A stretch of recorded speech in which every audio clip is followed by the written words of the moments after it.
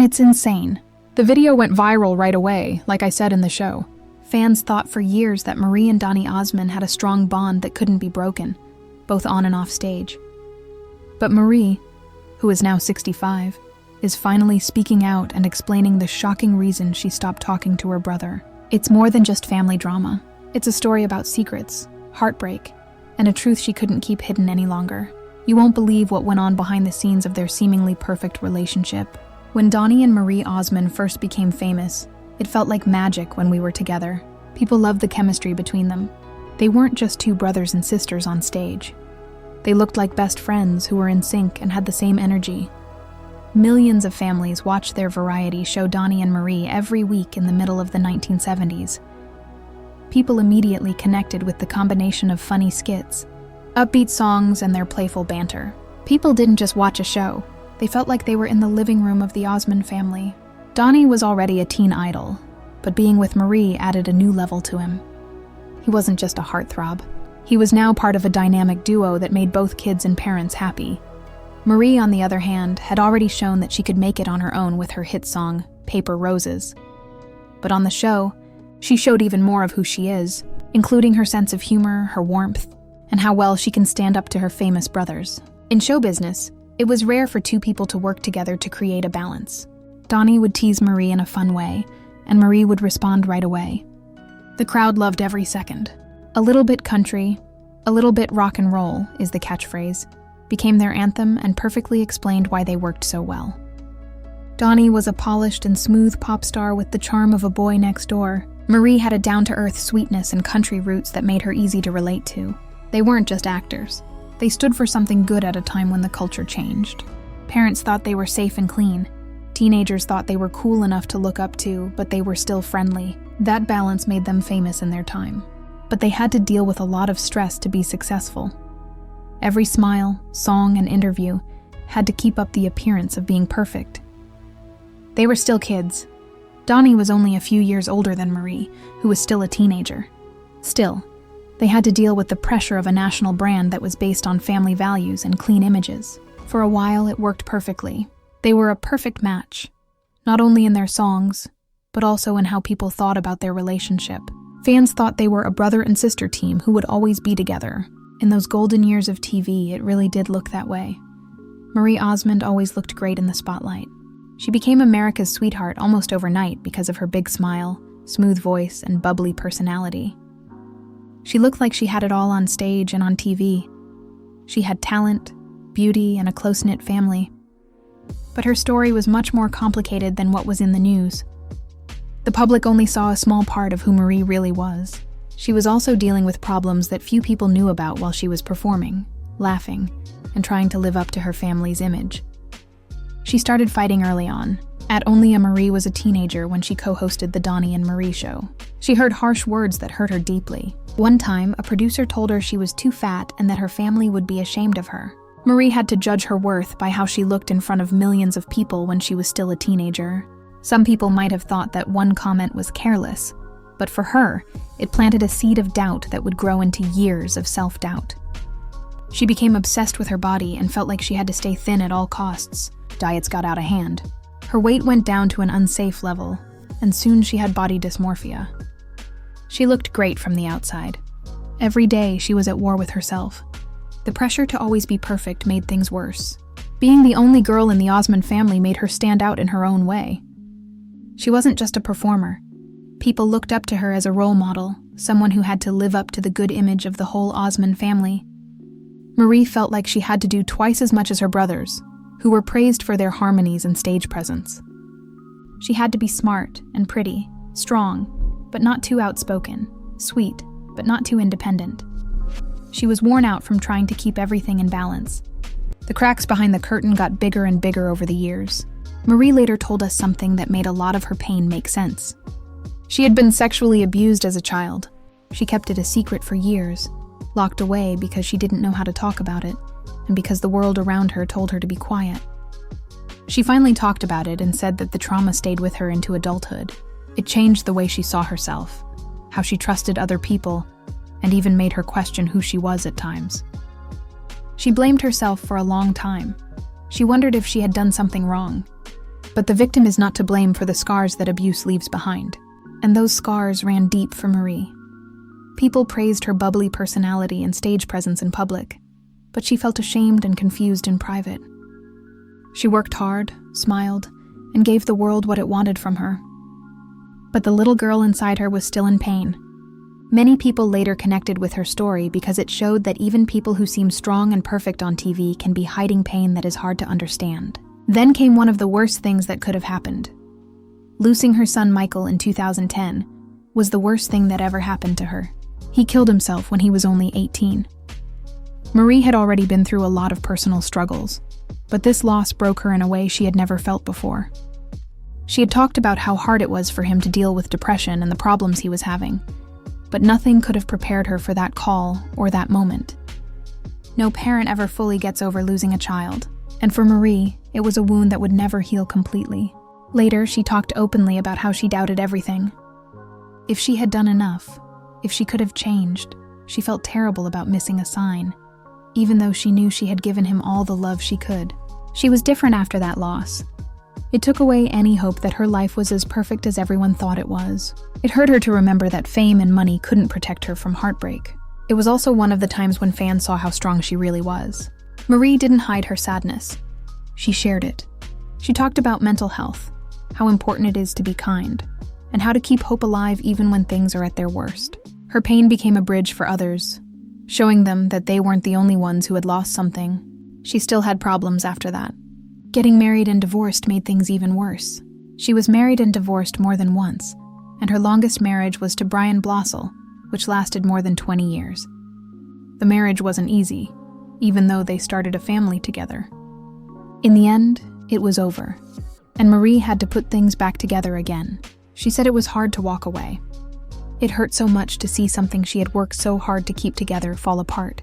But just like in other parts of her life, she found strength even when it meant starting over in her 50s.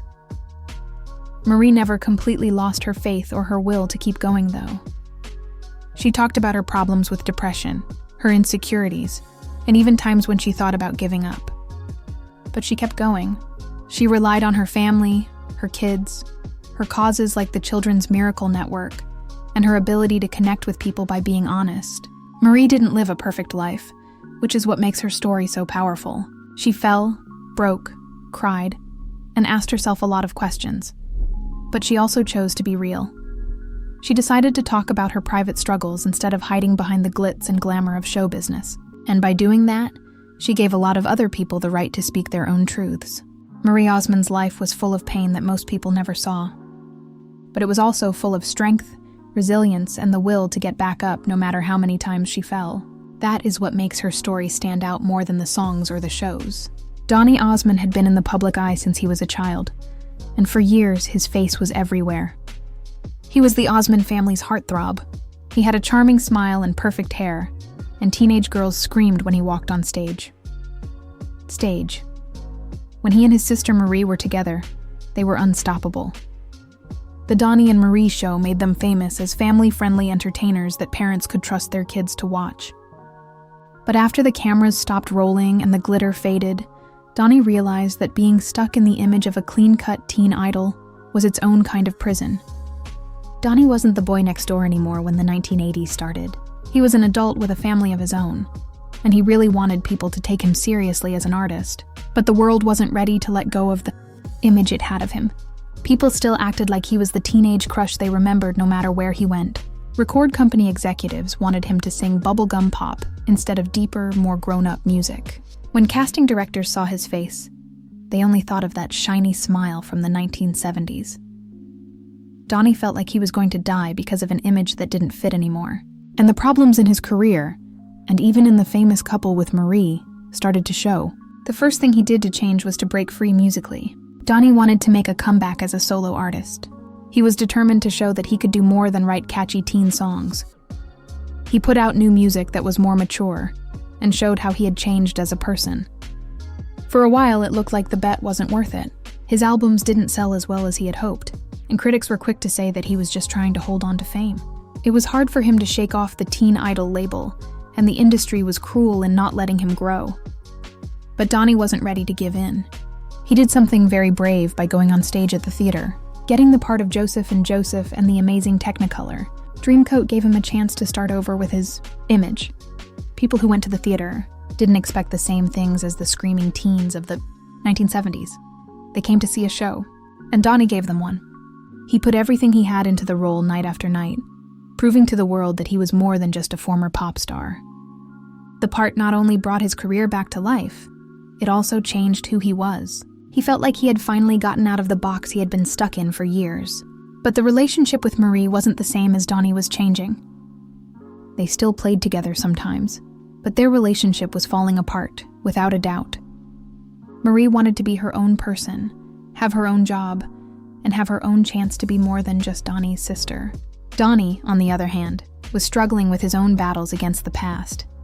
Their paths, which used to be so closely linked, started to go in different directions. They acted like the perfect team on stage, smiling, joking, and singing. But both of them were restless behind the scenes. The truth was that fame had put them both in a box. People loved Donnie and Marie together, but the pressure to keep making that same magic from the 1970s was too much. When they got back together, for the same problems came up again with their talk show in the 1990s, and later their residency in Las Vegas. Sometimes, the nostalgia made Donnie feel heavy, as if he were being pulled back into the world of teen idols he had worked so hard to leave behind. Marie, on the other hand, felt the weight of being tied to her brother when she wanted to be her own person. Donnie also had personal problems during this time that were harder on him than any work problems. It was even harder for him to perform because he had trouble with anxiety and panic attacks. Imagine being on stage and having to smile and charm the audience while you're fighting waves of fear inside. That was Donnie's life during some tours and shows. He later said that some nights it took everything he had to keep going to hide the cracks in his carefully polished exterior. But he kept going because he knew that if he stepped back from the stage, he would lose the very thing he had worked so hard to build. Donnie couldn't avoid controversy completely, even as he changed himself. People didn't like what he said about sensitive social issues, and his squeaky clean image was sometimes used against him. Some people in the business told him that he would never be taken seriously unless he staged a scandal that was shocking enough to break the image of the perfect boy once and for all. Donnie said no. He wasn't willing to change his values just to change how people saw him. It made his journey harder, but it also made it more real. Marie and I lived in Las Vegas in the 2000s, and it was both a success and a source of stress. They found magic on stage again, performing for packed houses every night, and reminding fans why they had loved the duo decades before. But offstage, the work was tiring. It was hard for Donnie and Marie to work 6 nights a week, got sharper. Marie wanted more freedom, but Donnie liked how controlled and consistent the show was. By the end of the residency in 2019, both of them agreed that it was time to move on. Donnie even said in public that he missed performing with Marie, but the time of Donnie and Marie was over. The most interesting thing about Donnie's reinvention is that he didn't completely forget about his past, because he never really did, but he learned to deal with it while making a new space for himself. He couldn't get rid of being a teen idol or the years he spent with Marie in the public eye. But he could show that he was more than that by being strong and determined. The problems between the two of them and Marie didn't mean they failed. They meant change, growth, and the fact that even the closest relationships changed over time. Donnie never thought that reinventing himself meant leaving behind who he had been. It was about not letting the world tell him who he could become. People still think of him as the boy with the perfect smile, but those who look closer know that his story is about a lot more than that. It's about perseverance, hard work, and the bravery to keep going back into the spotlight even when it would have been easier to give up. People thought for years that Donnie and Marie Osmond were inseparable. They were a brother and sister who sang, danced, and made jokes that made their way into American homes. Their 1970s variety show was the kind of TV that made you feel good, and their long-term stay in Las Vegas seemed to show that some relationships could last. But behind the scenes, the stress of fame, the weight of family expectations, and their own problems started to break the bond. When Marie finally decided to end her professional relationship with Donnie, it wasn't just a job choice. It was the end of a chapter that had shaped her life since she was a child. In every way, it was the end of an era. Marie was the only girl in a family of performers, and she had always been in the shadow of her brothers. She had been pushed into the spotlight from the start. First, she was a child singer, and then she was Donnie's co-star on their very popular show. She loved performing, but she often said that being Donnie's sister was who she was. People asked her about the two of them, their chemistry on stage, the songs, and the jokes they had told each other. They didn't often ask about Marie herself, her dreams, her problems, or her voice outside of the Osmond brand. She accepted it for years because it was all she knew. But as time went on, it got heavier and heavier. Marie was hopeful when they moved to Las Vegas in 2008. She thought it would be a fun way to celebrate everything they had built. It was exactly that at first. People came from all over to see them, both old fans reliving their memories and new fans hearing their music for the first time. The room was full of energy, and for a while, Marie liked the rhythm of being back on stage with her brother. But the truth of having to perform 6 nights a week hit home. It was tiring. She was in her 50s and dealing with her own problems like health problems, family changes, and the death of her son. The residency felt like it would never end. Marie realized that the residency wasn't just a fun thing to do as the years went by. It was a prison. She felt stuck in a cycle of nostalgia because she kept playing the same songs, telling the same jokes, and wearing the same sparkly costumes. People loved it, but for Marie, she started to feel like she was stuck in the past and couldn't move on. She loved Donnie, but their differences in how they thought about art made things harder. Joni did well with the structure, routine, and consistency of the show. Marie, on the other hand, wanted more freedom. She wanted to be able to change who she was and show the world who she was outside of the duo. Both sides agreed to end the residency in 2019. But for Marie, it was more than just a business decision. It was a sign. She knew that if she didn't leave now, she might never get her sense of self back. The Donnie and Marie branding had been both good and bad. It made her famous, rich, and gave her a voice. But it also made her less unique. She felt both happy and sad when the last curtain fell at the Flamingo Hotel. The end of the show meant the end of the comfort zone she had been in for so long, but it also meant she could finally relax. Marie was honest about the choice in interviews after that. She said it was one of the hardest choices she had ever had to make, because it felt like giving up a part of herself. For so long, Donnie had been her partner on stage, and there was no doubt that they had chemistry. Fans thought they were the perfect couple, a brother and sister who could do no wrong. Marie wanted more than just to be part of a couple. Marie Osmond was a woman with her own voice, career, and legacy. She wanted to be like her. It wasn't about anger or bitterness when they cut ties. It was about staying alive. Of course, the public was shocked. A lot of people couldn't picture the Osmond siblings not working together. There were rumors about family fights behind the scenes, jealousy and anger.